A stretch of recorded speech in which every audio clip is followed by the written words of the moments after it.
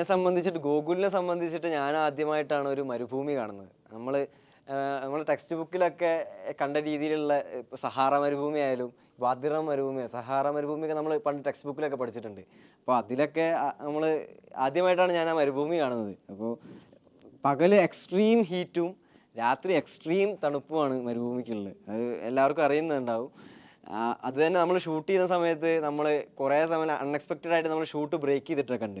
നമ്മളൊരു ദിവസം മഴ പെയ്തിട്ട് നമ്മൾ ഷൂട്ട് ബ്രേക്ക് ചെയ്തിട്ടുണ്ട്, മരുഭൂമിയിൽ മഴ പെയ്തിട്ട്. ഓക്കെ, പിന്നെ നമ്മൾ സാൻഡ് സ്റ്റോം, അത് പൊടിക്കാറ്റ്, നമ്മൾ റിയലായിട്ട് ഷൂട്ട് ചെയ്തിട്ടുണ്ട്. നമ്മൾ ഒരു വളരെ ഭയങ്കരമായിട്ട് പൊടി അടിച്ചുകൊണ്ടിരിക്കുന്ന സമയത്ത് ബാക്കി എല്ലാവരും ഇതുപോലെ പെൻഗിനുകളെ പോലെ കവർ ചെയ്തിട്ട് നിൽക്കുമ്പോൾ ഞാനും രാജുവേട്ടനും ജിമ്മിച്ചായനും ഞങ്ങൾ 3 പേരും ഒരു കവറിങ്ങും ഇല്ലാതെ നമ്മൾ അഭിനയിച്ചിട്ടുണ്ട്. അപ്പോൾ അതിനുശേഷം നമ്മളെ മൂക്കിലും വായിലൊക്കെ പൊടിയൊക്കെ കയറിയിട്ട് നമ്മൾ കഫം എടുക്കുമ്പോഴൊക്കെ ഫുള്ള് നമ്മൾ പൊടിയും മണ്ണൊക്കെ കടിക്കുന്ന ഒരു അവസ്ഥയൊക്കെ ഉണ്ടായിട്ടുണ്ട്.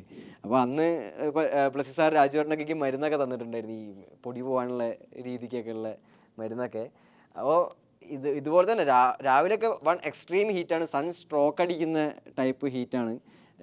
നമ്മൾ മരുഭൂമിയിൽ വിട്ട് നമ്മൾ ഷൂട്ട് കഴിഞ്ഞ് എത്തിയപ്പോൾ നമുക്ക് മനസ്സിലായത് നമ്മളെ മുഖം മാറിയതും കളറ് മാറിയതൊക്കെ. നമ്മളെ ഇട്ട ഡ്രസ്സിൻ്റെ താഴത്തേക്ക് മൊത്തം വേറെ കളറും ഡ്രസ്സിൻ്റെ മുകളിലേക്ക് മൊത്തം ഇത് ഒറിജിനൽ കളറും, അത് മൊത്തം കരിവാളിച്ച് ഒരു ഒരു അങ്ങനെ ഒരു അവസ്ഥയായിരുന്നു. അപ്പോൾ മരുഭൂമി ഒരു ഹാർഷായിട്ടുള്ളൊരു കണ്ടീഷനായിരുന്നു, ഭയങ്കര ഹാർഷായിട്ടുള്ളൊരു എക്സ്പീരിയൻസ് ആയിരുന്നു. പക്ഷേ എൻജോയ് ചെയ്തിട്ടുണ്ടായിരുന്നു ഓരോ മൊമെൻറ്റും. കാരണം എല്ലാം നമ്മളെ സംബന്ധിച്ചിട്ടൊരു പുതിയ എക്സ്പീരിയൻസ് ആണല്ലോ. അപ്പം അതും എൻജോയ് ചെയ്തിട്ടുണ്ടായിരുന്നു. അത് ഇപ്പോൾ എന്നെ സംബന്ധിച്ചിട്ട് ഞാൻ കുറേ അധികം ഇൻസ്പിറേഷനായിട്ടുള്ള സ്റ്റോറികൾ കേട്ടിട്ടുണ്ട്. ഇപ്പോൾ കുറേ നടന്മാർ, ക്രിസ്ത്യൻ ബെയിലിനെ പോലുള്ള നടൻ, അദ്ദേഹം ഒരു സിനിമയ്ക്ക് വേണ്ടിയിട്ട് ഇതേപോലെ പുഴുക്കളെ തിന്നിട്ടുണ്ട്, മെലിഞ്ഞിട്ട് പുഴുക്കളെ തിന്നിട്ടുണ്ട്. ഒരു സിനിമയ്ക്ക് വേണ്ടിയിട്ട് എക്സ്ട്രീം മെലിഞ്ഞിട്ടുണ്ട്. വേറൊരു ഫ്യൂറിയിൽ ഒരു നടൻ, അദ്ദേഹം കുളിക്കാതെ നിന്നിട്ടുണ്ട് വേൾഡ് വാർ 2ൻ്റെ ഒരു മൂഡ് പിടിക്കാൻ വേണ്ടിയിട്ട്. അപ്പോൾ എന്നെ സംബന്ധിച്ച് ഞാൻ എക്സ്പെരിമെൻ്റ് ചെയ്യായിരുന്നു.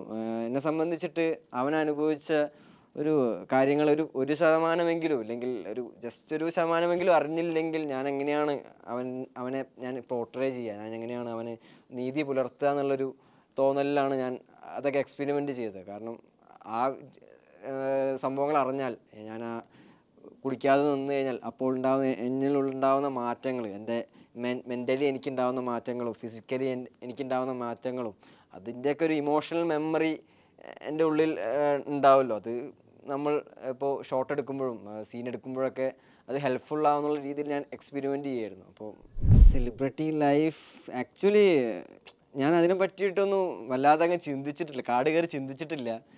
ആക്ച്വലി വരുന്നത് ലെറ്റ് ഇറ്റ് ബി, വരുന്നത് വരട്ടെ, എന്താണെങ്കിലും 2 കൈ നീട്ടി സ്വീകരിക്കുക എന്നുള്ളൊരു മൈൻഡിലാണ് ഞാനിപ്പോൾ നിൽക്കുന്നത്. അത് എന്താണെങ്കിലും, നല്ലതാണെങ്കിലും ചീത്തയാണെങ്കിലും ഇറ്റ്സ് നല്ലതാണല്ലോ. നമ്മുടെ ഒരു ക്യാരക്ടർ ഡെവലപ്മെൻറ്റിനും ബാക്കിയുള്ള ലൈഫിനും എന്താണെങ്കിലും നമുക്ക് തരുന്ന ഓരോ എന്താ പറയുക ഒരു ബൂസ്റ്റാണല്ലോ എന്താണെങ്കിലും. അപ്പോൾ സെലിബ്രിറ്റി ലൈഫിനെ പറ്റി ഞാനധികമൊന്നും ചിന്തിച്ചിട്ടില്ല. ഇനി എന്താ ഉണ്ടാകാൻ പോകാമെന്നും അറിയില്ല. അപ്പോൾ എന്താ വരുന്നിടത്ത് വെച്ച് കാണാമെന്ന് പറയില്ലേ. ഓക്കെ, നോക്കാം. അപ്പോൾ ആദ്യത്തെ നമ്മളാദ്യം പോകുന്നത് ഒരു ആക്ടറായിട്ടാണ്. അപ്പോൾ ഞാൻ ആ സെറ്റിൽ പോകുന്നത്. അപ്പോൾ അവിടെ എത്തി ആക്ടർ എന്നുള്ള രീതിയിൽ കിട്ടുന്നൊരു പരിഗണന ഉണ്ട് കേട്ടോ. അത് വേറെ രീതിയിലുള്ളൊരു പരിഗണനയാണ് ആദ്യം കിട്ടിയിട്ടുള്ളത്. നല്ല ട്രീറ്റ്മെൻറ്റ്, നല്ല ആദ്യമായിട്ട് വരുന്ന ഒരു ആക്ടർ എന്നുള്ള രീതിയിലല്ലാതെ തന്നെ നല്ല ട്രീറ്റ്മെൻറ്റും, എല്ലാവരും നല്ല കെയറിങ്ങും. കാരണം സെറ്റിൽ ഏറ്റവും ചെറിയ ആൾ എപ്പോഴും, അത് ഫസ്റ്റ് ഷെഡ്യൂളാവട്ടെ ലാസ്റ്റ് ഷെഡ്യൂളാവട്ടെ, സെറ്റിൽ ഏറ്റവും യങ്ങസ്റ്റ് ആയിട്ടുള്ള ആളെന്ന് പറയുന്നത് ഞാനായിരുന്നു. അപ്പോൾ അത് അങ്ങനത്തെ ഒരു പാമ്പറിങ് കിട്ടിയിട്ട് എൻ്റെ ഷൂട്ടിങ്ങിൻ്റെ സമയം കഴിയുമ്പോൾ ഞാൻ നേരെ അസിസ്റ്റൻറ്റ് ഡയറക്ടർ പണിക്ക് വേണ്ടി കയറും. അപ്പോൾ ആ സമയത്തൊക്കെ നീ പോയി ആടിനെ ഓടിക്കടാ, ആടിനെ ശരിയാക്കി നിർത്ത്, ഒട്ടകത്തിനെ ശരിയാക്കി നിർത്ത്, ആ രീതിയിൽ അസിസ്റ്റൻറ്റ് ഡയറക്ടർ ആകുമ്പോൾ അങ്ങനത്തെ ഒരു രീതിയിലും ആയിരുന്നു സെറ്റിലൊക്കെ. അപ്പോൾ പക്ഷേ ആ അസിസ്റ്റൻറ്റ് ഡയറക്ടറായ സമയത്താണ് ഞാൻ കൂടുതലും നമ്മുടെ സെറ്റിലുള്ള എല്ലാവരുമായിട്ടും ഞാൻ കണക്ട് ചെയ്തത്, വല്ലാത്ത രീതിയിൽ കണക്ട് ചെയ്തതും, എല്ലാവരും അവരുടേതായിട്ടുള്ള കഥകൾ കേൾക്കുന്നതും, അവരുടെ ഫാമിലീനെ പറ്റിയിട്ടും അവരുടെ എല്ലാം പറ്റിയിട്ടും, സെറ്റിലുള്ള എല്ലാവരെ പറ്റിയിട്ടും കണക്ട് ചെയ്തിട്ട് അവരൊരു കൊച്ചനിയനായിട്ട് ഞാൻ മാറിയത് മേ ബി അതുകൊണ്ടായിരിക്കും. ഇല്ലെങ്കിൽ ആക്ടർ എന്നുള്ള രീതിയിൽ നിന്നിട്ടുണ്ടായിരുന്നെങ്കിൽ ചിലപ്പോൾ അത് കിട്ടുന്നുണ്ടാവില്ലായിരിക്കും.